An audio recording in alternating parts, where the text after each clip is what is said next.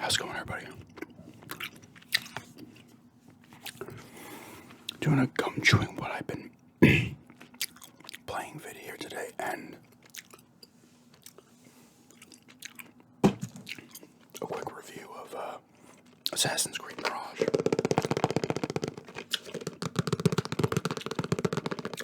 I was gonna do a standalone review of it, but honestly, I was just not in the mood to do another 25-30 minute review to do a gameplay on it. That cut off. If you noticed during that video, at whatever mark it was, 37 minutes, it just stopped.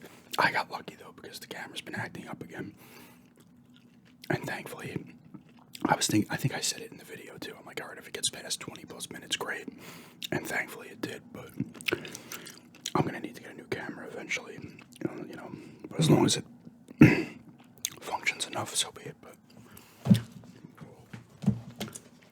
But dude, I've been playing this and I finished it up yesterday. I liked it. I liked it quite a bit, honestly. I know, and someone in the comments, I need to respond to that comment of the gameplay. And I had read elsewhere it was like originally supposed to be like a DLC, right? I guess of Valhalla, but they ended up making it its own thing. I ended up putting, I think it was 28 or 29 hours, and then I screwed around for like another 2 hours just trying to get a couple of trophies. And like I said, probably an hour and a half that was kind of idling. I just went to like the screen where it shows the map, and I went and did something. I just didn't feel like putting the PlayStation to sleep or anything. But it's solid length. I paid $34.99 on sale. It was definitely worth that. I think normally it was $50, which in reality isn't bad. I guess it also was tied the end because the ending was weird to me. I'm not gonna spoil it, but I was like, okay, so they're like one and the same type thing, and then apparently it ties to, or it's a character. Your guy. This is spoilers, I guess. Actually, the guy you use here, Basim, was actually a character in Valhalla. I never played Valhalla, but he was like Loki or some shit. I don't know, because I'm like, this is weird. And then I looked up and people were saying that. So if that's the case, let me know. Whatever though, honestly. And I got another comment I have to respond to where they're like, I don't know where to jump in on Assassin's Creed. You know what? The story has lost me on Assassin's Creed. Do they even talk about the Animus anymore? They just randomly say if you kill civilians in this one, you'll be like booted. Like it doesn't even. I know Desmond was in those original ones with his crew, and then the one character turned on him, and he ended up in like a coma or some weird shit, and the Templars grabbed him. It's been all over the place. I don't pay attention to the story anymore. I've missed some games. I didn't play all of Origins. I did not play Valhalla. I played some of Unity. The only things I didn't really like was the parkour is slow. It feels like the originals in that sense, I guess. I don't know, but it doesn't move quick enough. I mean, when you're bouncing around, it still feels all right, but sometimes the controls feel a little unresponsive, which is annoying. And the combat. Outside, I'm not talking about like ways to assassinate people and using gadgets and shit, tools. But like the basic combat, if you get into a fight with like 4 guys, it's very basic.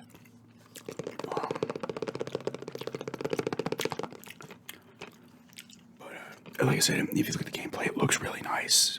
The story was kind of cool. I like paying attention to more investigation stuff and how you're picking off members of the Order because they're not Templars yet, I guess. And I don't even think the Assassins were even called that yet.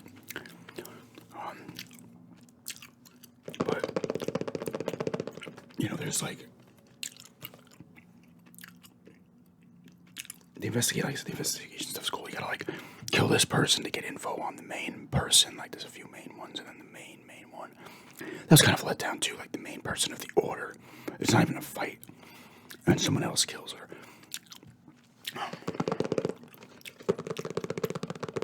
But sneaking's all goodness. It's definitely nostalgic in the fact that it's more like those older games. Like we're going way back, like the Ezio stuff, Altair, stuff like that. It's more like it's tighter game world, although it's still sizable. And there's the wilderness area, so there's open desert out there and stuff. plenty of stuff to find. Gear chests, lost books you gotta find for somebody. Dervish, you gotta pickpocket people, and you gotta pickpocket or steal specific items. In contracts, you can do contracted missions as well.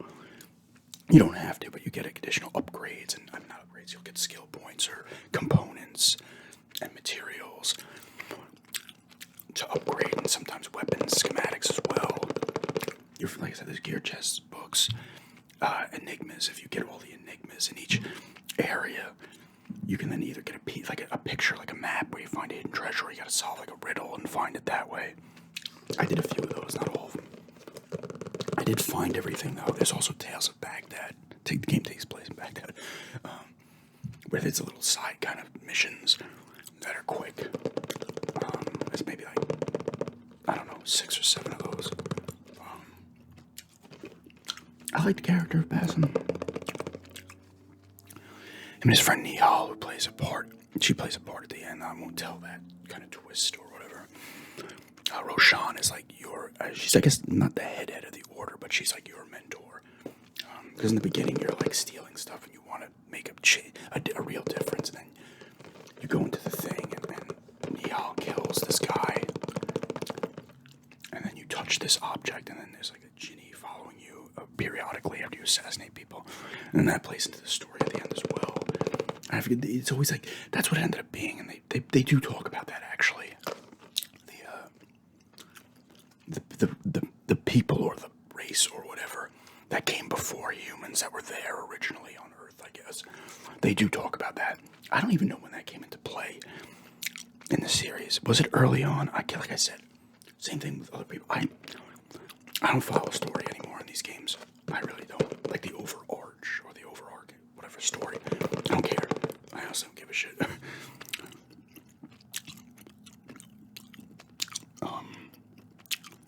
Like I said, it looks nice. The assassination stuff and like using your knives, and then you can upgrade all this stuff.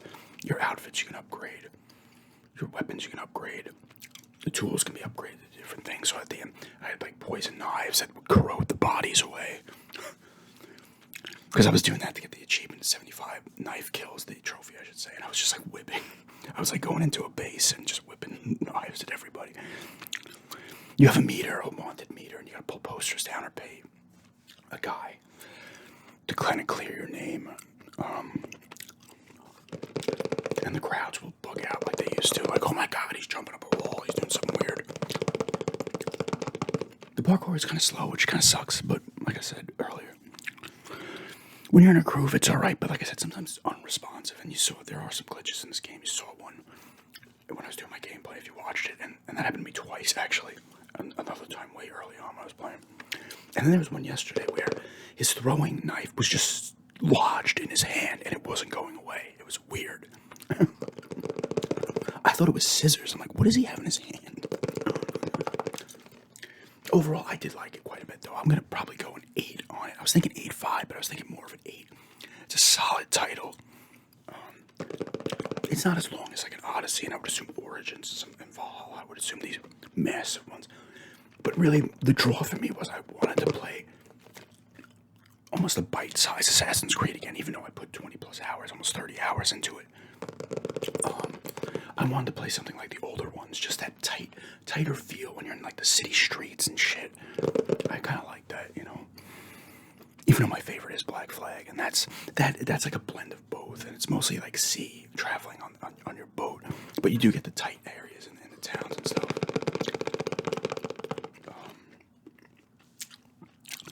This came with apparently a bonus quest that I did not download. I think it was a download. I didn't play it. I don't think I played it unless I did, and I just didn't realize. But it's cool. There's plenty of stuff to find. You know, you can upgrade everything. You can do contracts. There's plenty to do. You know, and you blend in. You sit and see, you pay merchants to follow them, or you can go into crowds and stuff. You can pay mercenaries again to attack guards and shit. Any kind of distractions. And you have your eagle. Like you gotta point out things with the eagle, and then you find out secret passage, and you're looking for a target and stuff. And he'll target all the enemies. You still have your eagle vision, or whatever they call it, as well. There's a lot going on. And I enjoyed it, honestly. Now, I did pretty much everything I wanted to do, so I would not go back to this game, because I literally pretty much did everything that needed to be done outside of a few contracts, which, whatever. Those involved assassinating someone, stealing somebody, or like escorting someone somewhere, and occasionally having to beat up some guard, or kill the guards, I should say, kill them. Overall, I would recommend it, honestly. It's a solid game. I mean, 50 is not a bad price either, but I would, try to get it for like 30, 40 bucks maybe, or less. It's definitely worth that, like, because once again, like I said, when the gameplay, when this game flows, it flows. Like when you're in a garrison, or you're going into a restricted area and you're sneaking around in the bushes and shit, and you're assassinating people, hiding the bodies, distracting. When it works, like all the other games, it works and it's awesome. And sometimes you get seen and then it becomes combat and you're like, yeah, But I liked it. I would go an 8 on this one. I'll stop this review here. Like I said, I just wanted to kind of do a quicker review of it, not like a 20+ minute review. Just a quick one. I would recommend it. If you're into Assassin's Creed, you're not going to hate it. I mean, if you're more into the big opener Assassin's Creeds, you probably won't like it as much, but I do like both of those kinds, but I just wanted to go back and play a smaller world. And this fits the bill, but yeah. 8 out of 10. I would, honestly, I was like ranking the PlayStation games. I'm going to continue to do this after I complete them. I obviously have Ghostwire Tokyo still at 1. Spider-Man 2, I got it number 2.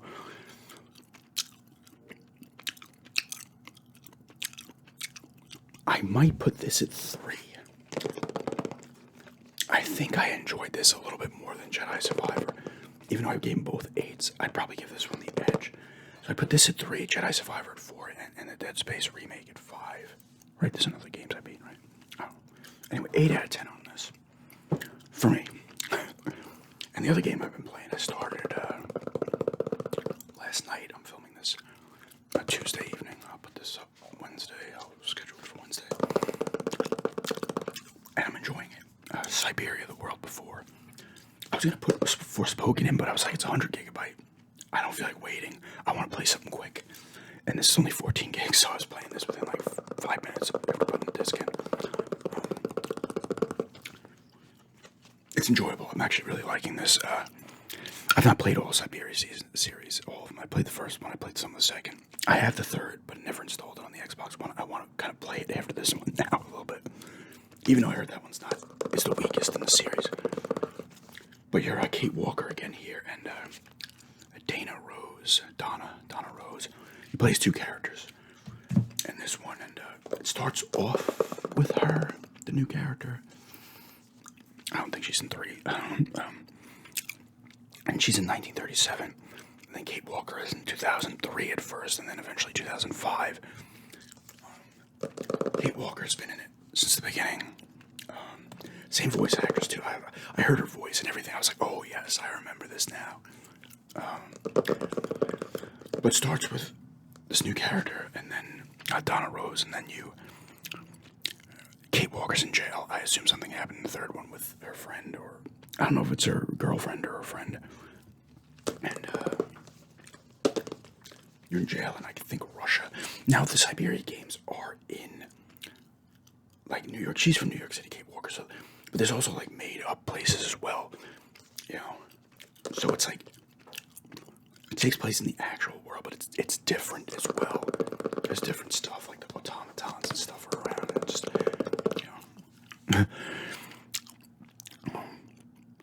But it's a point and click game.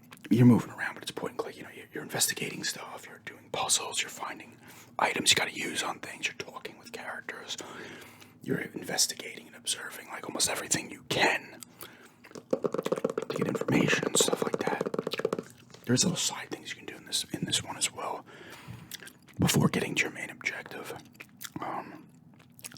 It looks solid. It's not like phenomenal looking. It's not like an Assassin's Creed or Dead Space remake, Jedi Survivor, stuff like that, Spider-Man. It still looks pretty nice. I'd almost put it more on par with like Xbox One, PS4 type shit. But it's not a massive budget game, I would think, right?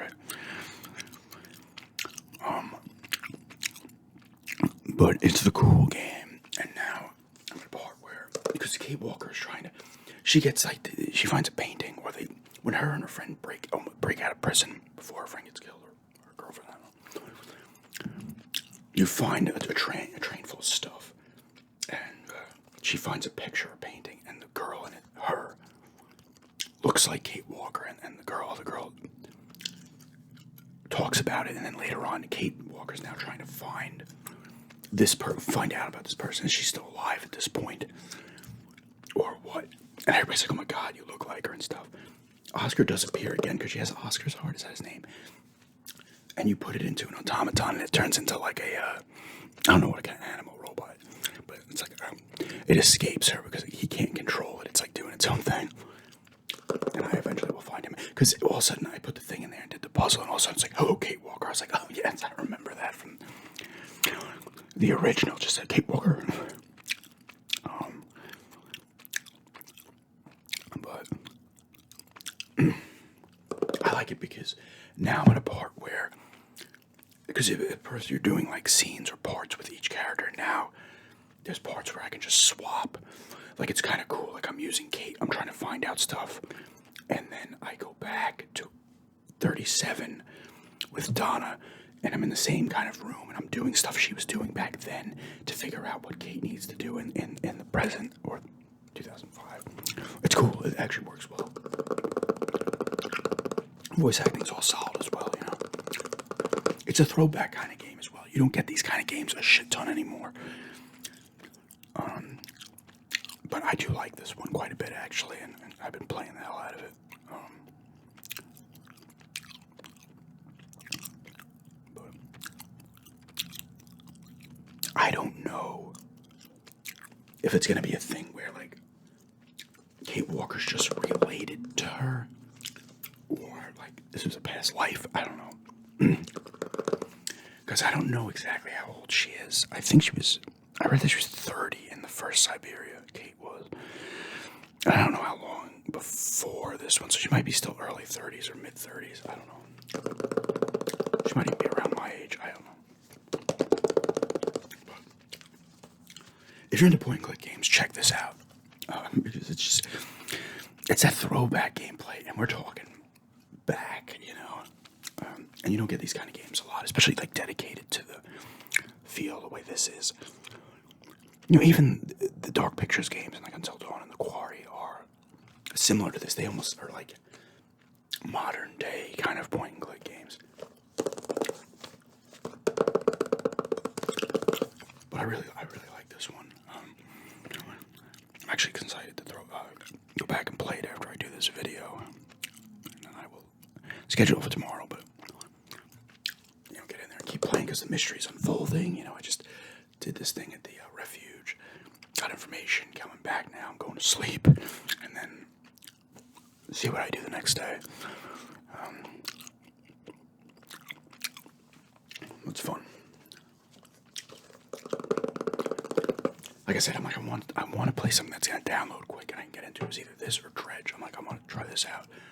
Because I'm like, Forspoken I want to get into, but I'm like, I don't want to sit through 100 gigabyte download at the moment.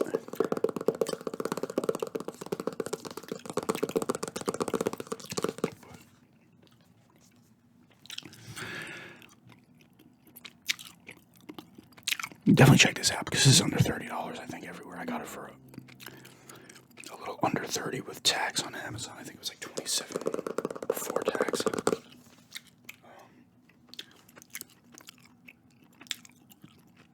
It's enjoyable.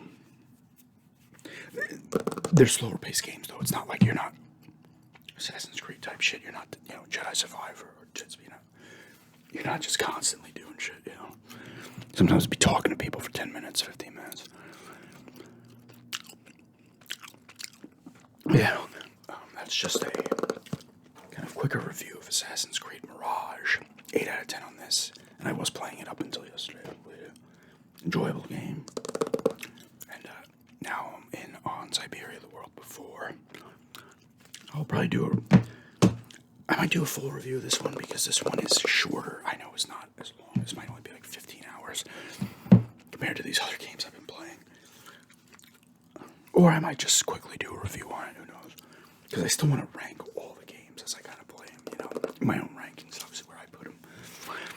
And see if I can continue that on now. For years, hopefully. But yeah. Thanks for checking this out. Have a good day.